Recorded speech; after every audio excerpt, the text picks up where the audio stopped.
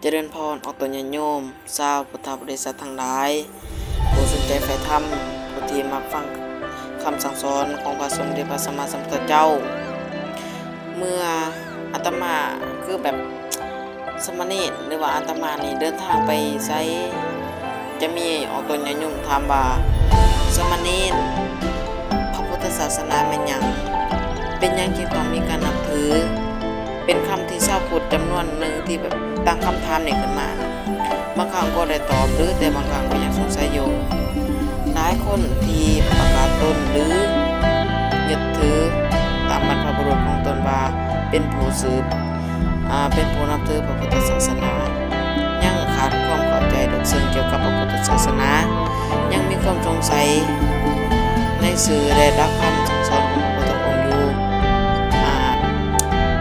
สมณีหรือว่าอาตมาจะตอบคำสั่งภายในคลิปนี้ว่าพระพุทธศาสนานี่แปลว่าคำสั่งสอนของผู้รู้ไอ้คือผู้รู้บัดนี้นักปราชญ์อาจารย์ได้กำหนดผู้รู้ไว้ว่าผู้รู้คือพุทธะแปลว่าผู้รู้ผู้ตื่นผู้เบิกบานไปด้วยธรรมรู้จนมุดจนเกี่ยงจนบ่มีข้อ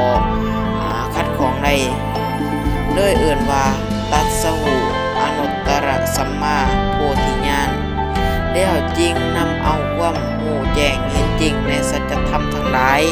ทั้งปวงมาสั่งสอนเอื่นว่าพระธรรมคำสั่งสอนท่านผู้นั้นก็คือพระพุทธเจ้าแปลว่าผู้สูงสุดบ่มีภัยเปรียบปานอีกแล้วในโลกนี้เป็นศาสดาเอกของโลกศาสดาเอกหมายถึงว่าพระพุทธองค์ธรรมอิฐของโลกเฮา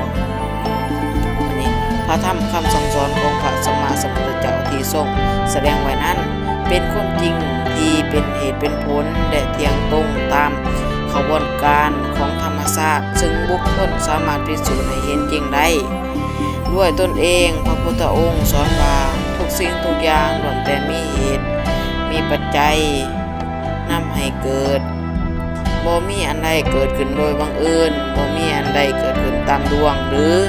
ตามการเสกสรรบรรดาของผู้ใดผู้หนึ่ง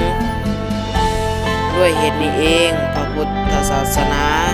จึงมีลักษณะหนึ่งที่แตกต่างจากความเชื่อของศาสนาอื่นคือเป็นศาสนาที่สอนให้คนพ้นจากความทุกข์และเป็นศาสนาที่บ่สอนให้เชื่อเรื่องพระเจ้าผู้สร้างโลกที่กำหนดความเป็นไปของโลกและสรรพสัตว์สิ่งทั้งหลายทั้งปวงดังนั้นเนาะสมณีหรืออาตมาจะสรุปเลยว่าดังนั้นพระพุทธศาสนาที่แท้จริงคือคำสั่งสอนของผู้รู้ผู้แจ้งหรือว่าผู้เห็นจริงในสัจธรรมสามารถนำมาประพฤติปฏิบัติได้เป็นความจริงแท้บ่แปรผักตามกาลเวลาสรรพสิ่งในชีวิตทั้งหลายย่อมเป็นไปตามความจริงนี้บ่ว่าจะเป็นไผมาจากไสนับถือศาสนาใดบ่ว่าเวลาใดจะผ่านไปโดนปานใดความจริงนี้ก็ยังทันสมัยอยู่เสมอแม้นว่าพระพุทธองค์ทรงประกาศธรรมะเป็นเวลาโดนแล้วก็ตามอันนี้ถือว่าจบถือว่าก็น่าจะตอบประมาณนี้เนาะครับว่าพระพุทธศาสนาเป็นหยังตามที่สมณีได้ศึกษามาเนาะก็จะประมาณนี้ก็ขออภัยในความที่ว่าพอได้อัดคลิป